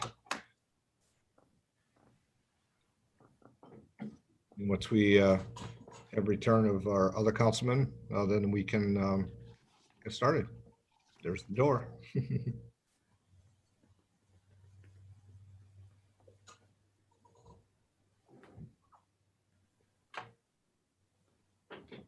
Very good. Okay, thank you, Clerk Treasurer. It is 7:30, and we'll call the City Council meeting to order. Clerk, please call the roll. Councilperson Ike Wangely, President, City of Monroe. Vining, Here, City of Monroe. Yermani, Present, City of Monroe. Lamore, Present, City of Monroe. Felder, Your City of Monroe. Whitman, Paula, you're muted. Here, City of Monroe. Mayor Clark, President, City of Monroe. and Clerk Treasurer Lavoy. I'm here in the city of Monroe. Very good. Next item, please. The next item is the invocation. Guide us in our deliberations and discussions this evening. May our efforts promote the good and welfare of the residents of this city and all who visit. Thank you. You know, as we continue to say our Pledge of Allegiance, and I know we all do and want to participate, one of the I guess calls I received is that because it is challenging to get everybody to say it collectively, because I think we're on different timing. While we'll do it collectively here this evening, we'll think about this our next meeting. I'll get please give me back your input. Maybe we just as we do as our council meetings monthly of who leads in the comments, we'd have maybe a council member lead that month of which they say the Pledge of Allegiance. But give me your thoughts and concerns about that, or if you want to continue to do it collectively, which I do support. So with that, if you join me in the Pledge of Allegiance, please. I pledge allegiance to the flag of the United States of United America States of America. and to the To the republic For which stands Stand, one one one nation, nation, under God, under God, indivisible, indivisible, with liberty and with justice. liberty and justice for all. So please think about that. I'm comfortable doing it this way because I enjoy hearing from everybody, just as we do our residents, and maybe we bring guests on and to lead us in the pledge as well, like we've done in the past. Just some thoughts. Clerk, next item, please. The next item would be any amendments to the agenda.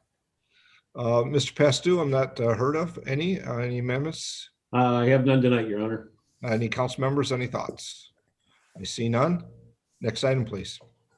And the next item would be citizen comments not related to an agenda item. Thank you. And you know, another item I'd like for consideration from the council, watching a few other meetings around different both county municipalities, as we have two placements on our agenda for council comments. And the thought is, I was listening to one meeting, and the first public comment time, instead of saying not related, would be related to an agenda item. That way, if they have input on an item, it gives the public the opportunity to speak to that.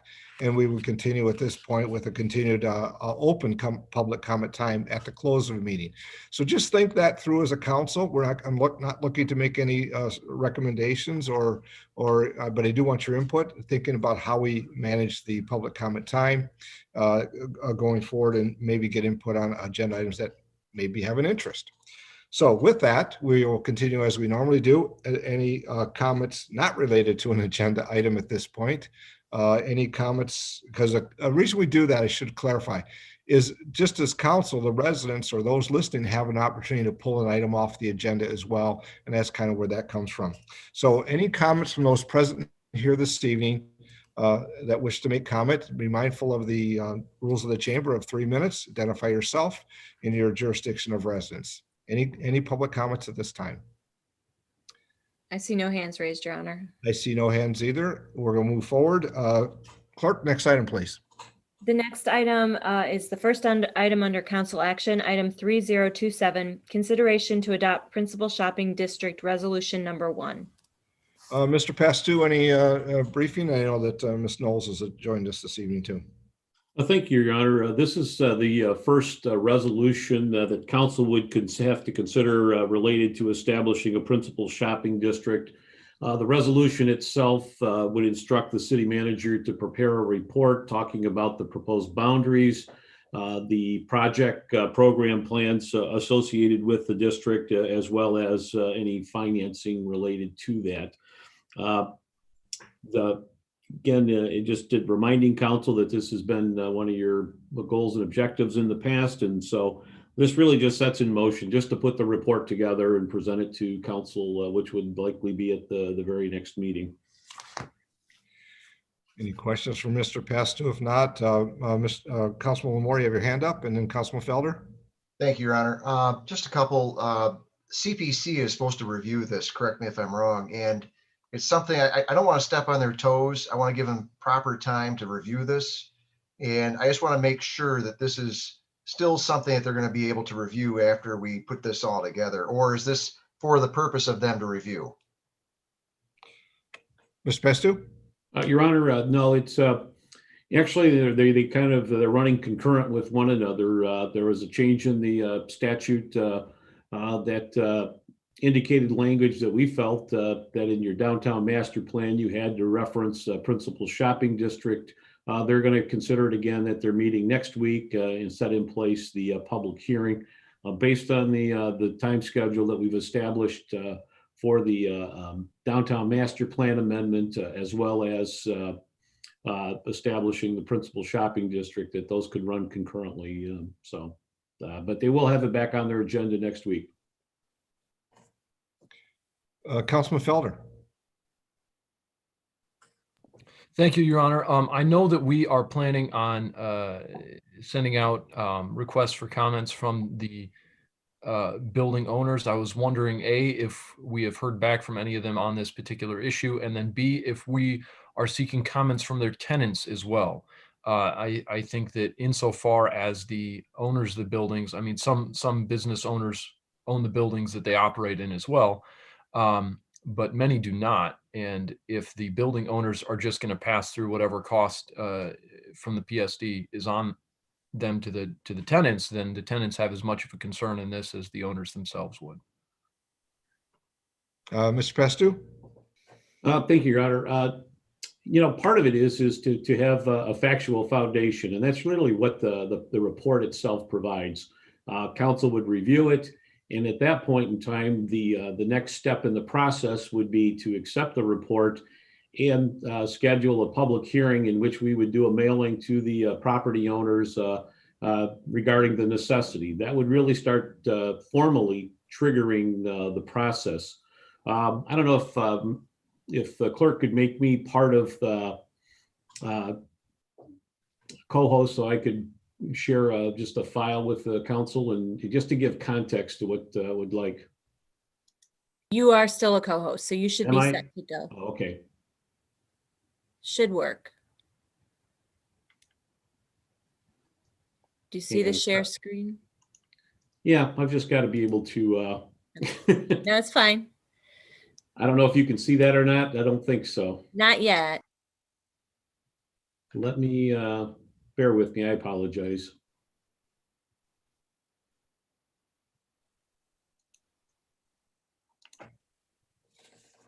There we go. There we go. Now we can see it. My apologies. But part of this is I just want to give the context of one of the challenges that we've had with the downtown area, and in part why we need to give some consideration. I pulled two successful downtowns just by means of comparison, Tecumseh and Wyandotte. And if you look at when those DDAs were established and the annual rate of growth of taxable value within those districts, you can see that, that Monroe has really been, not even keeping up with the rate of inflation since the most recent TIF redevelopment plan that took place in 1990. And as a result, there's some things related to that whether it's maintenance in the downtown, promotion, parking, those type of things would be addressed in the report. But really, this is kind of what's triggering, some of that consideration is just, the woeful performance over the last 30 years with with the DDA and candidly, the need to make some improvements. So I wanted to share that with you just to give you the context of it. But the important thing with it is the report will address a lot of the details that would be presented to the public formally. Thank you. And I think probably that the information that is going to be provided as we move forward, that slide as well, will be, I think, beneficial to review with council again. Other comments from council? Council Michelangeli. Your Honor, I guess based on what Mr. Pastu said, this really kicks off the process. So with that said, I'll make a motion to adopt the Principal Shopping District Resolution number 1 as presented. Support. Motion by Council Michelangeli, supported by Councilman Felder on item 3027. Consideration to adopt the Principal Shopping District Resolution 1. As stated, it starts the process, and also it's good dialogue. Before we take the vote, I see there's one more comment. Councilman Lamore. Yes, thank you, Your Honor. Just, I really don't want to step on anybody's toes. And I know that you mentioned something, the CPC has been adamant about, getting their voice in on this thing.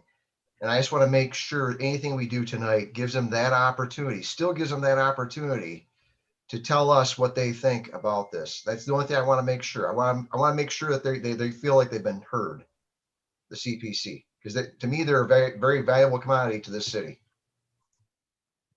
Very good.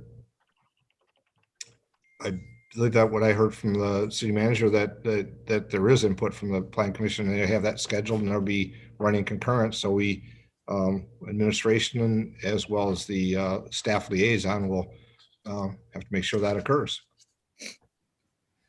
So there's a motion and a second. No other comments? Clerk, please call the roll. Councilperson Michelangeli, Yes. Vining, Yes. Germaine, yes, Lamore, Yes. Felder, Yes. Whitman, Yes. Mayor Clark. Yes. Clerk, next item, please. Next item is item 3028, schedule public hearing DDA tax increment financing and development plan. Mr. Pastu, probably some information here as well, or from Ms. Knowles. I'll give a shot at it, Mayor.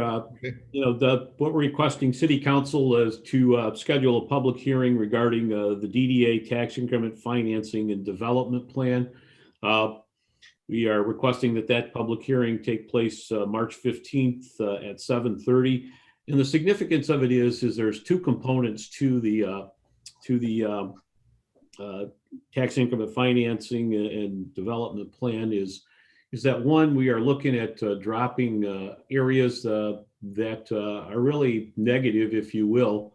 And we've talked about those in the past. And in fact, today with the assessor's office provided Ms. Knowles an impact on the tax increment financing, that it would increase the taxable value capture by $400,000, which would equate to about $10,000 additionally for the DDA by doing this. The other part of it is that it really kind of consolidates more the downtown, the DDA, to what we would consider to be the core downtown area as well. So we've taken off a couple of appendages that are underperforming and in fact dragging it down. And then the other part of it is adding a couple of properties, most notably with the Scott Street Fire Station, to add that as part of the DDA district. That would be a separate calculation, almost a second TIF, if you will, within that. But currently there's no revenue generated. So any additional improvements that would go there would add to the tax increment capture. But also equally important is that by having within the DDA, there are certain incentives that we may be able to offer to a prospective developer that we otherwise may not be able to do so if it was outside of that boundary. So not only does it give us potential for additional DDA funding, but also some incentives that we otherwise might not be able to make available. Thank you, Mr. Pastu. I want to make a quick comment, because when I think we've, as council, discussed, I think many of the residents downtown DDA knows that. when you talk about tax capture, it doesn't mean that it's being captured and just expended elsewhere. It's an intention of those captured revenues to be made sure that they're there for development in the downtown and be expended in that fashion to improve the downtown area. So it really refines that expenditure, just for maybe for those that may not know. Is there other comments from council? If not, a motion would be in order. Councilman Lamore, I see your hand. Yes, sir. Just making a motion regarding Council Action 3028. We'd like to make a motion to schedule a public hearing for Monday, March 15th, 2021 at 7:30 p.m. regarding the proposed DDA tax increment financing and development plan. Or Motion by Councilman Lamore, supported by Councilman Michelangelo on item 3028 and scheduling the public hearing on the DDA tax increment financing as stated. No further comments. Clerk, please call the roll. Councilperson Michael yes. Vining, Yes. Jermaine, yes, Lamore, Yes. Felder, Yes. Whitman, Yes. Mayor Clark. Yes. The last item under council action is item 3023, Michigan Transportation Fund Bond Authorizing Resolution. Mr. Pestu? Thank you, Your Honor. If I could just go back just for one moment too, is that we will be forwarding the draft tax increment financing plan, development plan to council as well. Ms. Knowles has finished that up, and we'll get that out to you here shortly. And again, it's will be available for the public to review. So with that, I'm going to have Mr. Sell do the introduction for the transportation bonds. Ed? Thank you. Hello, Mayor and Council. Ed Sell, Assistant City Manager, Finance Director. In your packet, you had a request that you adopt a resolution authorizing the issuance of 2021 Michigan Transportation Fund bonds in the amount of up to $1.5 million.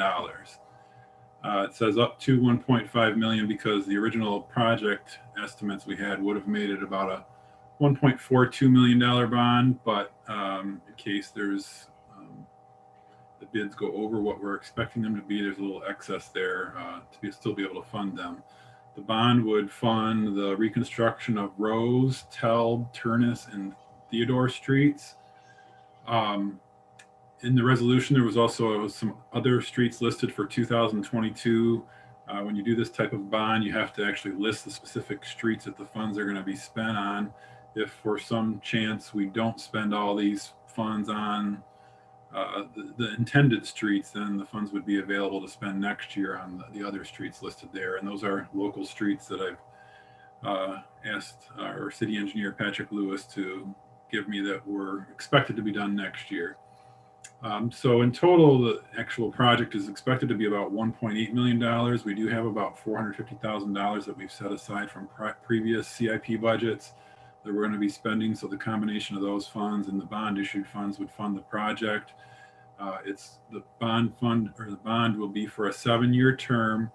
It would be paid for through the gas tax funds we receive from the state. We always do a projection, a 5-year projection of the street funds when we get into the capital improvement program process. And this one, we looked at a number of different options. This one, the structure seemed to work the best.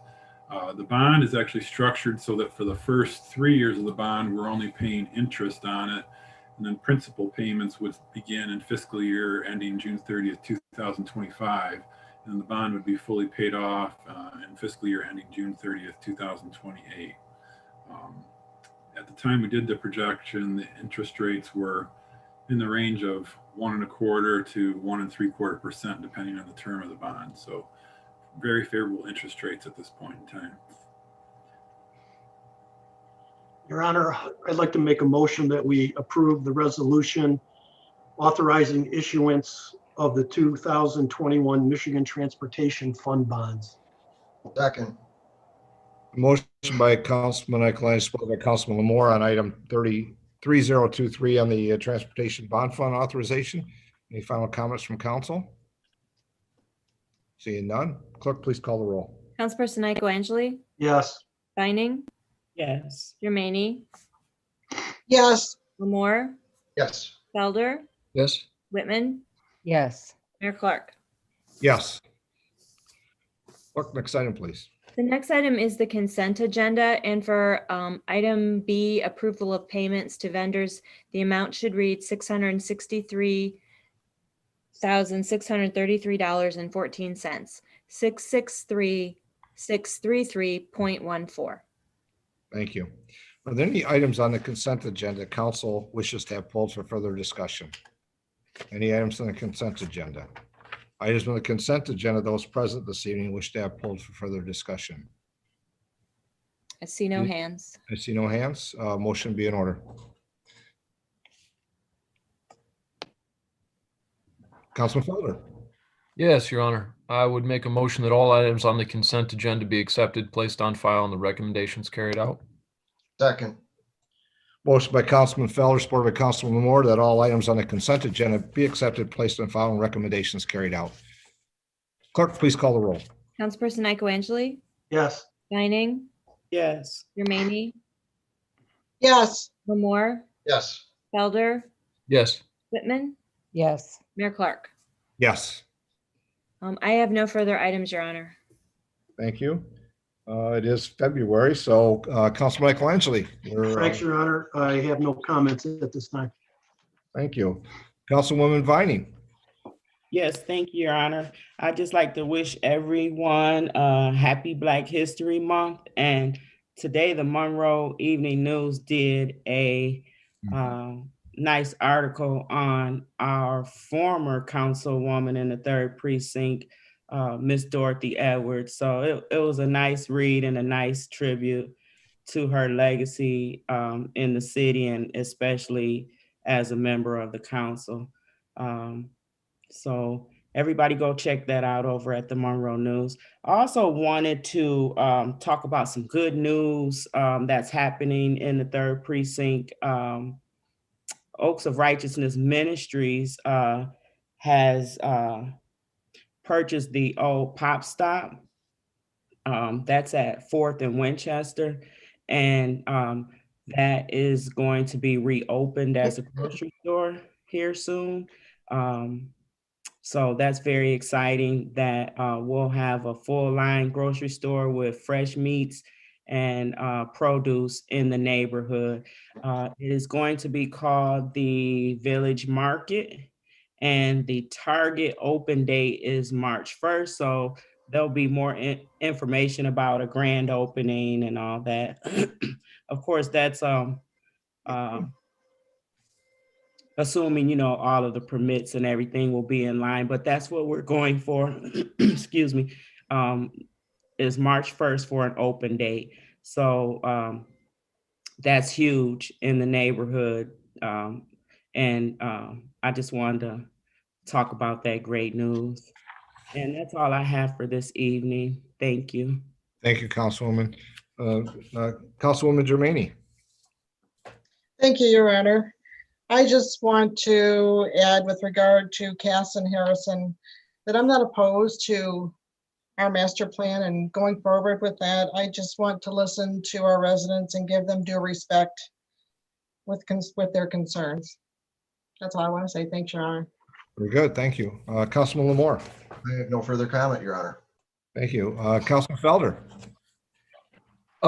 Yes, thank you, Your Honor. Indeed, it is February 1st, the first day of Black History Month. I know that the community college is putting on a couple of events. I think there were 2 today. I will try and be at them as my schedule permits. And it is very cool news to hear about the grocery store being put in over there. That's really awesome. It's nice to see the direction in the development that's happening. And I think that that restaurants have all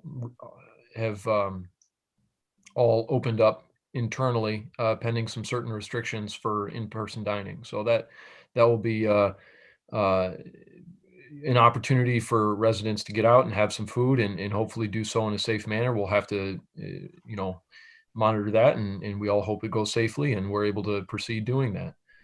So some good things happening, some things to watch. Thank you, Your Honor. That's all I have this evening. Thanks, Councilwoman. Councilwoman Whitman. Yes, Your Honor. I've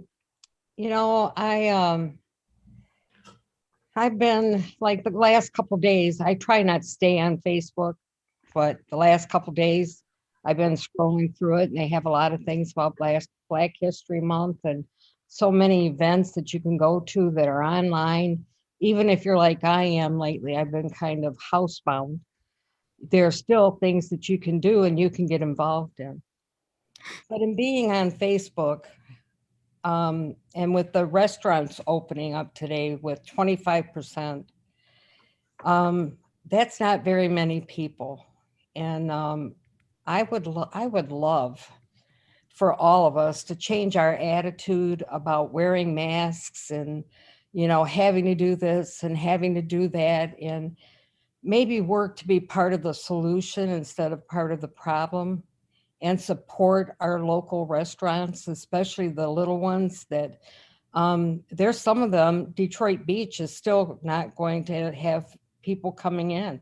It's just not worth it to them to hire staff and serve people in-house because they're such a small building.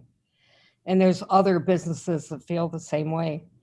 And we all want to survive, so I would like to see us all take a positive attitude about it and look around and see how can we help? What can we do? If each one of us would do one small piece, it could really make a difference. And, hopefully this virus will be gone and we can find a new sense of being normal. But I don't really think it's ever going to go back to being like it was.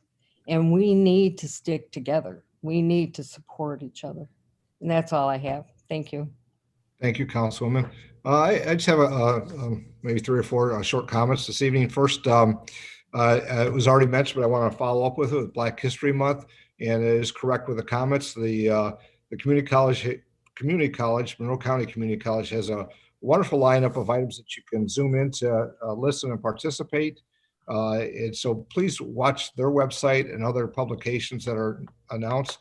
The article on Miss Edwards, Miss Dorothy, it was wonderful. She is just a wonderful lady, a leader within our community, very active. And I was very pleased to see that they started their profiles with Ms. Edwards. And I know that there'll be others that I look forward to reading about and hearing from the great participation we've had in our committee and the leadership was shown by those that will be honored in this recognition. The last meeting, as I always do, I talk about boards and commissions. I want to thank all that have called and all that have emailed me, whether you're able to or not able to at this time to participate. Just the fact that you're responding tells me you have an interest. I appreciate that. And it was really tied to the our passing, not just the street millage, but with our trails committee and getting that kicked off. So I want to let you know our communications director will be putting some additional information out, opportunities for those that might want to just stay tuned. Doesn't mean you necessarily be in the committee, but opportunities for input and participation as we formalize the council formalizes with the administration on the structure of that committee to move forward. SEMCOG has called as well, very interested, and I've had conversations with Florence Buchanan. We'll talk with her again next week about the county's initiatives and the bike and ped plans that we've talked about, and see how we bring these all together collectively, as we've always have said. I was kind of catching up on some of the county business as well. I know there was some discussion at one of their last meetings about our Martin Luther King pedestrian bridge. So I had an opportunity to speak with Mr. Pastu about that as we move forward on our Trails Committee and looking at that, how that is a pedestrian pathway. It is extensively, very heavily used, and does see many pedestrians. So while it is safe to use, and while we also know that we've talked about our capital improvements, it might be an opportunity as we make our plans forward. Once we got through the streets that we were talked about, that we also have our conversation on the Martin Luther King Bridge and how we can freshen that up, because it very functional, but yet we know that unfortunately there's some items on there that gotta be cleaned up. And so that'll be top as we move forward with our capital improvements and with our Trails Committee, how we continue to make that to be the a shining spot within our downtown and walkability throughout the community. Last item I want to congratulate the St. Mary's Catholic Central State Champions, the women's volleyball team, 2 years in a row that they've won. Great for our community. Did get a couple calls and conversation with that. We'll be moving forward. Hopefully at our next meeting, we get the information back that we were asking for to put together a proclamation for the young ladies. Just a great achievement 1 year, but they're back-to-back state champions, and we'll get them to Zoom on here with us. Yes, give them applause there. Thank you, Councilman Vining. To get them to come on and hear the coach just talk about what a challenging season for all sports, but to be able to continue on and stay strong and win the state championship, and hopefully we'll get one of their leaders on their team to give a little personal how challenging it was for the year. So look forward to that to the next meeting. Clerk Treasurer Lavoie. I just have a couple of things. A reminder that I feel like I just was doing this and it was last year already, but the applications for the May election for absentee balloting, not the ballots, but the applications will be going out in the next 2 weeks, probably week to 2 weeks, because the ballots will be available about March 20th. So if you aren't sure if you're on the list, you can email us at elections@monroemi.gov. I'm also going to work with Jody Egan, Communications Director, to get all of the ways that you can sign up for absentee balloting if that's something that interests you. Property taxes are due February, I believe, let me look at this, February 15th this year, because the 14th is a Sunday. So again, if you have any questions, please call our office, 734-384-9140, and we'll be glad to help you out, or check out our website. And again, I'll work with Miss Egan on getting that information out there. Finally, I just wanted to remind folks that sometimes some of these things that end up at council, the seeds for them are actually discussed in other meetings. And I know, Mary, you discuss this often. So just wanted to remind folks that we oftentimes have meeting notices in the newspaper if there's a hearing at one of those other committees. We also publish the information, the public notice on our website, and I'll work with Ms. Egan to get that back out there again, where you can see the public notices. They're on the Minute Track system, and you can always call our office if you're looking to see if a meeting is coming up. And those meetings are on Zoom right now, which may even make it easier for some people to tune in. I know I can get to several meetings in one night if because of Zoom. So there are some positives to it, despite all of the terrible circumstances we find ourselves under. So anyway, just wanted to remind you, just because the clerk's office is supposed to be helping you connect with your government, and that's what we try to do. So I will get that information back out again and make sure that everybody has it at their fingertips. So give us a call if there's anything I can do for you. Thank you. Thank you, Clerk Lavoie. Mr. Pastu, comments this evening? I don't have anything tonight, Your Honor. Thank you, though. Very good. And next we have citizens' comments. I see we do have some attendees this evening. So at this time, if there's any of those that wish to speak, raise your hand. I see there's one already wants to speak. Mindful of the rules of the chamber for identify yourself, your jurisdiction of residence, and the 3 minutes. Katie Beth. Hi, everyone. Katie Beth Davis, 15277 La Pleasance Road. I just wanted to thank the Monroe News and the Monroe County Community College for doing the Black History Month series, and happy Black History Month to everyone. It really made me happy to hear you talk about the bridge, possibly doing, some renovations or updates to it. So that's the other thing. I was really happy to hear that. So thank you for that. I also wanted to personally invite you guys all to the Creed conversation on February 18th at 5:30. And that one is symbols of racism and how to heal. That's going to be a panel with myself and a lot of other people in the community, just how symbols can affect and maybe ways to work around with it. And the last thing that I wanted to mention, I know I don't live in the city, but I had a lot of people reach out to me, and I even explained to them that I have nothing to do with this or anything, but I did make a promise that I would mention it. The two-way with Cash Street, and there's that two-way to drive back and forth to get to Telegraph. I had a lot of people that I don't even know reach out to me and say that they don't want that happening, those two-way streets. I'm not really familiar, like I don't really drive that way too much, so I don't really know too much about it to give an opinion on it. But I did say that I would, they're not able to call or anything, but I just said that I would say something that they didn't like those. So thank you guys for all that you do, and hope you have a great week. Thank you. Thank you. Clerk Lavoy, I don't see other hands here this evening. I do. Oh, I do. Yes. Okay. If you'd promote Cole, name, please, address, and comments. Hi, Cole, City of Monroe. Basically, I just wanted to thank you all for your comments tonight. I thought they were really good, and I went to the first of the Black History Month meetings today, and it was incredibly informative. I highly encourage everyone to, like you said, try to get into those. I was just commenting because I saw a news article about the Mantis, the Monroe County's narcotics investigation team. It will be using some grant money to get a vehicle for like conducting surveillance and apprehending people who violate narcotics and drug laws.